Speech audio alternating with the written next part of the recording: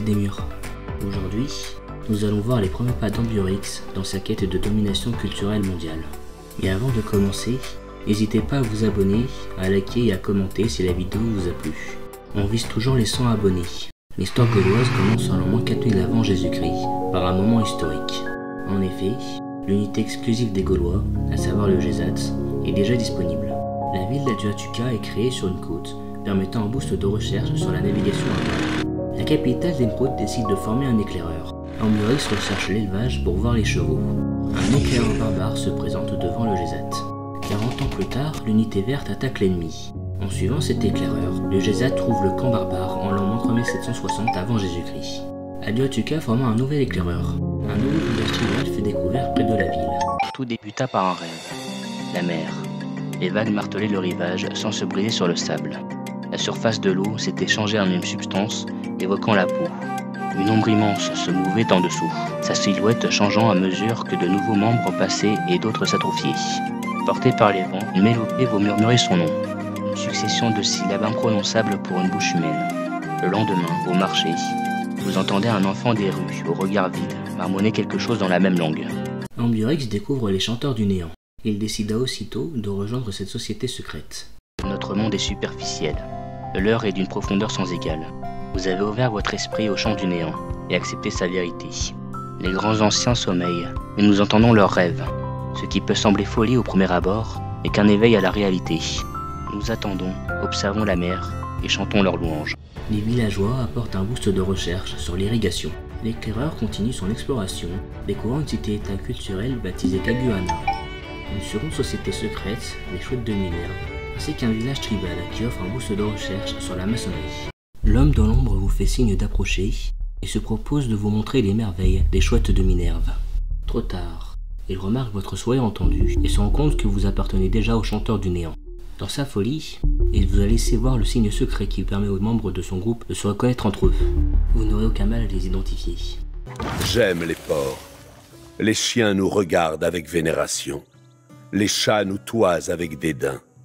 Les cochons nous considèrent comme des égaux. Ce n'est pas la sagesse, mais l'autorité qui fait une loi. L'élevage est découvert en même temps que le code juridique.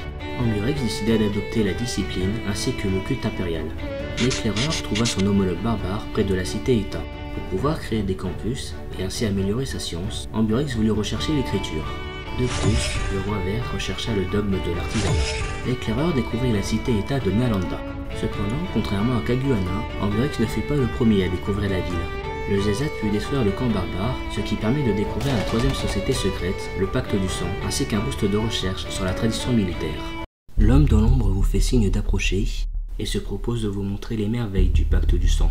Trop tard, il remarque votre souhait entendu et se rend compte que vous appartenez déjà au chanteur du néant. Dans sa folie, il vous a laissé voir le signe secret qui permet aux membres de son groupe de se reconnaître entre eux. Vous n'aurez aucun mal à les identifier. Aduatuca commença à former un colon. Le Gesatz put atteindre le village tribal, qui fut découvert après la destruction du camp barbare. Le village offrit de l'or à l'unité verte. Cette unité utilisa sa promotion pour se soigner. L'éclaireur acheva son homologue rouge près d'Aduatuca. Un autre éclaireur rouge se présenta à l'Empire vert. Aucun homme n'a jamais abandonné l'argile humide et compté sur la chance et le hasard pour en faire des briques. La poterie fut découverte, ce qui permet entre autres de créer plus de logements si besoin. Un nouveau camp barbare apparut près de la capitale d'Emeraude. Ambiorix décida d'acheter un fondeur pour renforcer les défenses de l'Empire gaulois. Une tempête de sable se déclencha. Un éclaireur trouva un nouveau village tribal. Le fondeur décida de faire demi-tour pour éviter la catastrophe naturelle. La visite du village tribal apporta un nouvel émissaire. La tempête de sable passa sur le camp barbare, ce qui affaiblit le lancier. Le nouvel émissaire s'installa à Caguana. La compétence sans l'imagination, c'est ce qu'on appelle le savoir-faire. C'est à ça que l'on doit de nombreux objets fort utiles, comme les paniers à pique-nique en osier. L'artisanat fut découvert. Un éclaireur utilisa sa promotion pour être plus rapide. La nouvelle recherche dogmatique sera sur le commerce avec l'étranger pour pouvoir créer des routes commerciales. Le camp barbare qui menaçait Aduatuca fut rasé, apportant un moment historique ainsi qu'un boost de recherche sur le travail du bronze. Le colon est prêt à partir. Et Ambiorix voudrait créer sa seconde ville à loin de la première, car un désert bloque l'expansion de l'Empire vert. Aduatuca commença à former un Gesatz, puis acheta un fondeur. Un éclair rouge se présenta vers la troupe verte, qui décida de l'achever avant qu'il puisse capturer le colon. Finalement, Ambiorix changea d'avis. Il créa la ville de Bibrax en plein désert. Malgré ses faibles rendements en production et en nourriture, la ville de Bibrax est importante car elle permet la liaison entre Aduatuca et les prochaines villes qui s'établiront au sud. Bibrax commença à créer son obélisque païen. La capitale décida de stopper la formation du Gesatz et de former à la place un bâtisseur pour aider le développement de la dernière ville verte. La ville découvrit sa première civilisation, le Japon, dirigé par Tokugawa. Le Japon accepta de montrer où se trouve sa capitale. Ambiorix fit de même. Écrire, c'est partager. C'est dans la nature même de l'homme que de chercher à partager. Des pensées, des idées, des opinions. Grâce à cette rencontre, l'écriture fut découverte. Le prochain objectif scientifique est la maçonnerie. Tokugawa a lui aussi décidé de rejoindre les chanteurs du néant. Le dirigeant japonais envoya une délégation à Ambiorix qui fut acceptée. Le roi guerrier rendit l'appareil au Japon. Un nouveau village tribal fut découvert près de la cité-état culturelle. C'est l'aspect positif du commerce, je suppose. Toutes les nations s'attisent les unes les autres. Le commerce avec l'étranger fut découvert. Ambiorix veut rechercher la dramaturgie et poésie.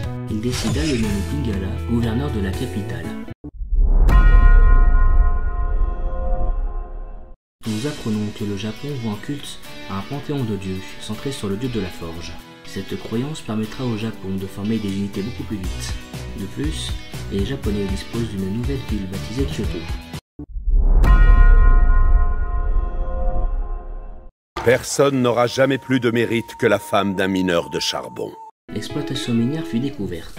Aduatuca décida de former un nouveau colon, maintenant que le bâtisseur est prêt. Ce dernier commença son voyage vers Bibrax. Ambiorix décida de vénérer la déesse de la ville, pour que le développement de ces villes soit beaucoup plus rapide. Un bonus de recherche pour le mysticisme fut accordé à cette occasion. Un nouveau camp barbare apparut vers les cités-états. Le roi vert décida d'y envoyer ses troupes. Le bâtisseur est bien arrivé à Bibrax, et malheureusement, il ne peut encore rien construire. Il décida de revenir à la capitale pour créer des pâturages. La population gauloise est suffisamment importante pour débloquer un boost de recherche sur le premier empire. Aduatuca dispose maintenant d'un camp de cervidés. Le camp barbare peut être rasé sur l'intervention des armées gauloises. La capitale dispose d'un pâturage de moutons, permettant un boost de recherche sur l'équitation. Un second pâturage fut créé peu après. Le Japon devient amical envers les Gaulois mais ferme ses frontières, bloquant le retour de l'éclaireur. Ambiorix et Tokugawa sont maintenant amis. Le roi gaulois acheta le libre passage de l'Empire japonais pour libérer l'éclaireur vert. Chacun d'entre nous sculpte une pierre, érige une colonne ou découpe un morceau de vertin dans la construction de quelque chose bien plus grand que nous. Ce sont les petits luxes du quotidien qui ont fait chuter l'Empire romain. L'air conditionné, par exemple. Comme ils avaient tous les fenêtres fermées, ils n'ont pas entendu les barbares arriver. La maçonnerie et le premier empire sont découverts. L'urbanisme remplace le culte impérial. Ainsi, les villes vertes sont plus productives. Ambiorix recherche maintenant l'irrigation pour exploiter les agrumes se trouvant dans la capitale. Reina fut nommé gouverneur de Bibrax. Cette ville acheta un bâtisseur. Aduatuca commença à former un nouveau colon. Ambiorix de fonder une ville vers les cités-états, son objectif étant de bloquer l'expansion du territoire japonais. Un homme assez courageux pour provoquer le reboisement ou l'irrigation d'un pays n'est pas moins digne d'honneur que celui qui en a fait la conquête. L'irrigation est découverte. Un éclaireur trouve un nouveau camp barbare. Ambiorix veut rechercher la navigation à voile pour pouvoir créer des bateaux de pêche à Bibrax. Un guerrier rouge arriva vers le camp barbare. Une pluie de météorites tomba à côté de Nalanda. L'éclaireur se dirigea vers la pluie de météorites afin de pouvoir récupérer une unité gratuite. Les unités vertes se dirigent vers le camp barbare. L'éclaireur réussit à atteindre le champ de météorites, et qui permet d'obtenir un charbon. Ce n'est pas que la vie terrestre me semble si méprisable, non. Mais je préfère simplement être en mer. La navigation à voile est découverte. La ville de Samaru-Riva est construite sur une mine de diamants. Un moment historique se déclencha car la ville est proche d'un cours d'eau. Comme Bibrax, Samaru-Riva commença à créer son obélisque païen. La prochaine recherche est le travail du fer, afin de débloquer les oppidums, quartiers remplaçant les zones industrielles classiques. Le monde entra dans l'ère classique. Ambiorix réussit à se maintenir dans un âge normal. Le Gesatz est prêt à attaquer le camp barbare. Le Japon est lui aussi dans un âge normal. Ambiorix choisit d'adopter la monumentalité comme résolution. Les débuts d'Ambiorix sont modestes. D'un côté, la Gaule a réussi à éviter l'âge sombre, mais de l'autre, les villes comme Bibrax mettent du temps pour se développer à cause du terrain. Les objectifs d'Ambiorix sont de bloquer l'avancée du territoire japonais et de construire de nouveaux quartiers. Et nous verrons cela dans le prochain épisode de Muegidu. Si la vidéo vous a plu, n'hésitez pas à partager, liker et commenter. Merci pour votre soutien.